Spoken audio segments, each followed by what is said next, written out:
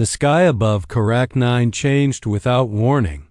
turning from pale gold to deep black as if night had fallen in a single breath. And the desert that stretched for thousands of kilometers suddenly felt small and helpless under the weight of what was coming. Because this world was not a normal world but a testing ground chosen by the Galactic Dominion, a place where countless young species had stood before and quietly vanished. And now humans stood there too, scattered across the open sand beside tall aliens of many shapes, all waiting under the cold eyes of watchers floating far above. While Captain Elias Ward stood still and listened to the wind begin to rise, feeling the fine sand brush against his boots and knowing, deep inside, that this was not a fair test and never had been. Because the Sandstorm test was designed to break pride, crush hope, and erase mistakes. And as the Dominion voice echoed from the sky announcing the start of the trial, fear spread among the gathered species as shields powered up, tools activated, and plans rushed into motion. Yet Elias did not rush, because he had grown up hearing stories of deserts on Earth, of storms that could peel paint from steel and strip skin from bone, and he knew that panic killed faster than wind. So he looked instead at the land itself and noticed the massive cacti rising from the sand like silent guards, thick and scarred, bent by years of storms yet still standing. While around him alien contestants trusted glowing barriers and hovering machines that hummed loudly against the rising gale. And when the shields dropped and the storm hit with the force of a falling mountain, the desert exploded into motion as sand screamed through the air, rocks flew like knives, and the ground shook hard enough to knock grown warriors off their feet. Screams tearing through the noise as force fields shattered and bodies vanished into the storm. And Elias ran not away but forward, leaning into the wind until his muscles burned and his lungs felt like fire, the storm lifting him and slamming him back down as if testing his will, while behind him proud technologies failed one by one, because the storm did not care how advanced they were. And when Elias reached the tallest cactus, its thick body already humming with pressure, he did not hesitate, cutting into the flesh with shaking hands as thorns tore his suit and pain flared across his arms, forcing his way inside just as a wave of sand smashed into him from behind, sealing the world in darkness. And inside the cactus the noise dropped to a low, distant roar, the living walls bending and absorbing the storm instead of resisting it, cool moisture clinging to the air and slowing his breath as he pressed himself still, heart pounding while the storm raged outside with endless anger, tearing apart everything exposed to it. And as hours passed, Elias drifted between pain and half-sleep, his suit failing and his body aching, but the cactus held,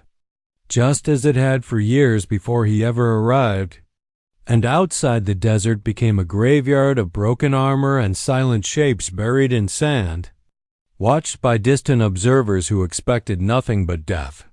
unaware that inside a living shelter a single human endured not through strength or power but through understanding, patience, and the simple choice to bend with the world instead of trying to fight it. After the storm had swallowed the desert and turned the world into a screaming sea of sand, time lost all meaning both on the surface and far above it, where silent eyes watched from cold ships drifting in orbit,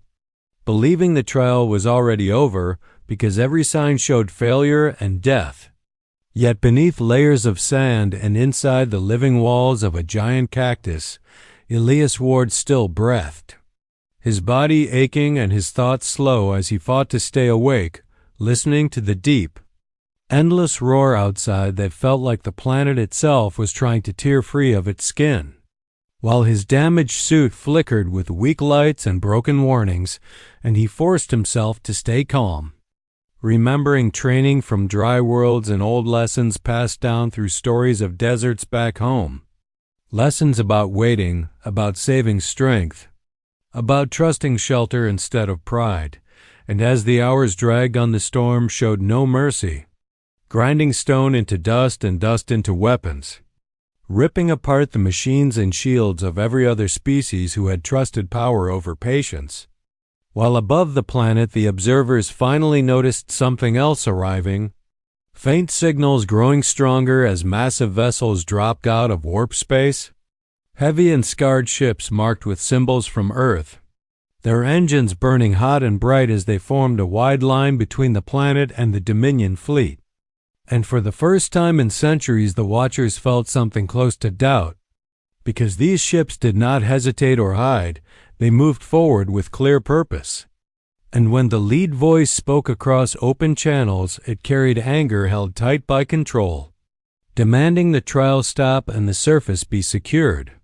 But the Dominion answered in the only way it ever had, with weapons fire bright enough to paint space in white and blue. And the battle began in violent silence, broken only by alarms and impacts. As rail rounds tore through sleek alien hulls and returned fire-burned deep scars into thick armor, ships shaking but holding together through stubborn design and raw force, and the fighting spread wide, turning the space above Karak 9 into a storm of its own made of fire instead of sand. While down below, Elias felt the ground tremble in strange rhythms that did not match the wind. Unaware of the war being fought for his chance to live, focused only on breathing slow and steady as moisture from the cactus cooled his skin and eased his burning lungs. And as the storm slowly began to weaken, the noise outside changed, becoming uneven and broken, giving him the first sign that the worst might be passing. Yet he did not rush out, because rushing had killed others, and instead he waited until the wind dropped to a low howl and the pressure eased enough to move. Pushing weakly against the opening he had sealed and crawling back into the light, where the desert looked like a battlefield after the end of the world, bodies half buried, metal twisted, proud tools shattered and useless, and no movement anywhere he could see, while above him the space battle reached its peak as the Dominion flagship charged a weapon meant to end the fight in a single blow, aiming at the largest Earth carrier with cold certainty. But before it could fire a smaller, broken ship accelerated beyond safe limits and slammed straight into the heart of the enemy vessel, the collision tearing both apart in a flash that lit the planet's sky like a second sun, forcing the remaining Dominion ships to pull back in shock and fear, retreating from a species that refused to die quietly. And on the surface, Elias stood alone under a clearing sky, covered in blood and dust, barely able to stand yet still standing, lifting one arm in a weak signal as rescue craft finally broke through the clouds, their pilots stunned by the sight of a single survivor where none should have been. And as he was lifted from the sand and carried toward safety, the truth spread through the fleet and into the wider galaxy that the test had failed, not because it was too easy, but because it had met a people shaped by harsh worlds and long history, people who learned to bend, to wait, and to strike back when pushed too far. And the legend of the storm, the cactus, and the lone survivor began to grow even before the last echoes of battle faded from space. After the storm had passed and the desert of Karak 9 lay quiet under a pale, bruised sky, the world seemed almost peaceful. Yet everywhere the evidence of destruction remained, twisted metal, shattered alien armor, and sandblasted bodies scattered across the landscape. And at the center of it all stood Elias Ward, battered, bleeding, and exhausted, yet unbroken, feeling the weight of survival pressing on him not like victory, but like a responsibility that no one else could carry, because humanity had proven something the galaxy had never expected, not through raw power, not through overwhelming technology,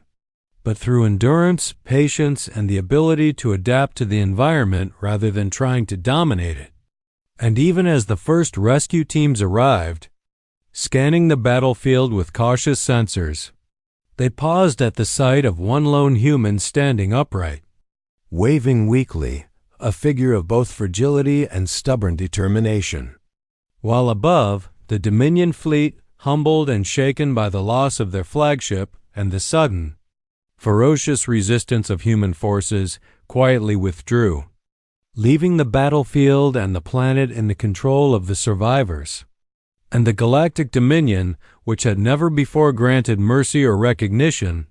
found itself forced to acknowledge humanity as a legitimate member of the galactic community, signing treaties not out of respect but out of necessity, because a species that could endure an impossible storm and fight in space with unmatched cunning and resilience could not be ignored or eliminated. And as Elias walked across the desert, his body aching with every step, he remembered the cactus that had sheltered him, its thick walls bending with the storm instead of resisting, teaching him that survival was not always about fighting back with violence, but about knowing when to wait, when to hide, and when to trust the strength of nature itself. And when the Dominion elders approached him later, tall, imposing, and clearly unsettled, they asked why a human had survived when all others had perished. And he looked at them with eyes that had seen fire, sand, and the endless weight of dying species. And he said simply that humans survived because they learned to live with the world rather than against it, because they respected the lessons of pain and failure, and because when the storm tried to crush them, they adapted, bending without breaking, waiting without despair, and striking when necessary with calculated courage. And in the following weeks, statues and memorials were raised on Cactus, not of weapons or warships, but of a human stepping out of a cactus, a symbol of resilience, patience, and intelligence,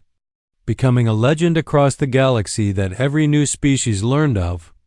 teaching them that true strength is not always in might or technology, but in the ability to endure, survive, and rise again against impossible odds. And as humanity continued to expand among the stars, the story of the lone survivor inside a giant cactus became a foundational tale, repeated in classrooms, briefing rooms, and starship decks, reminding every human that their species was defined not by conquest alone, but by the combination of courage, patience, intelligence, and the unwavering will to endure whatever trials the universe could throw at them.